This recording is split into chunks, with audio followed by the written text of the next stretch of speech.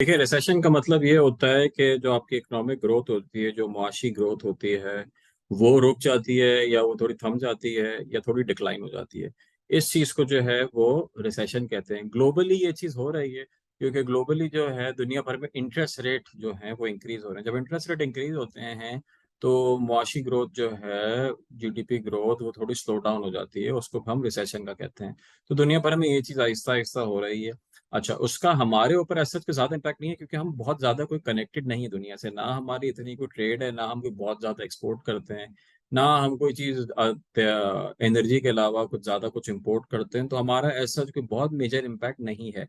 हमारे जो अंदर इंटरनल इश्यूज़ हैं वो दैट इज़ कंप्लीटली डिफरेंट या थोड़ा बहुत लिंक है मगर कोई बहुत मेजर लिंक नहीं है।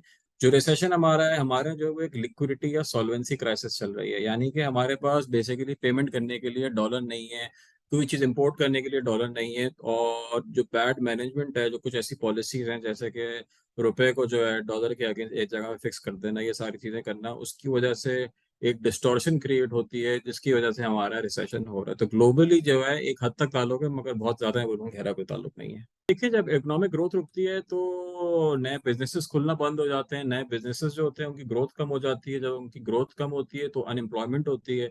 जब अनएम्प्लॉयमेंट होती है, बेरोजगारी होती है तो लोगों की इनकम कम होती है। जब इनकम कम होती है तो लोगों को जो है खाने का मसला होता है, चीज़ें खरीदने का मसला होता है, बेसिक सर्वाइवल जो है वो एक इशू हो जाता है। सो रिसेशन से ये होता है, रिसेशन से इवेंचुअली जो है अनएम्प्लॉयमेंट डिक्रीज होती है और लोगों की इनकम्स जो हैं वो कम हो जाती हैं। हम पिछले 2 साल से देख रहे हैं कि जितनी इन्फ्लेशन हो रही है उसकी वजह से इनकम्स काफ़ी कम हुई हैं। पाकिस्तान में रियल इनकम अगर देखा जाए, अगर पहले किसी को एक 50,000 रुपये मिलते थे तो 50,000 में जो कुछ खाने पीने की चीज़ें आती थी, आज उसी 50,000 में वो चीज़ें नहीं आती और कम पड़ती। तो रियल इनकम जो है वो इसेंशियली कम हुई है और आगे जाके अगर अनएम्प्लॉयमेंट हो जाएगी तो ये चीज़ भी खत्म हो जाएगी बिल्कुल। तो ये रिसेशन का एक बहुत बड़ा रिस्क होता है। देखें, सोसाइटी पे इसका बहुत एक शदीद एडवर्स या नेगेटिव इम्पैक्ट आएगा कि जब महंगाई बढ़ती है तो हर किसी पे इफेक्ट करती है।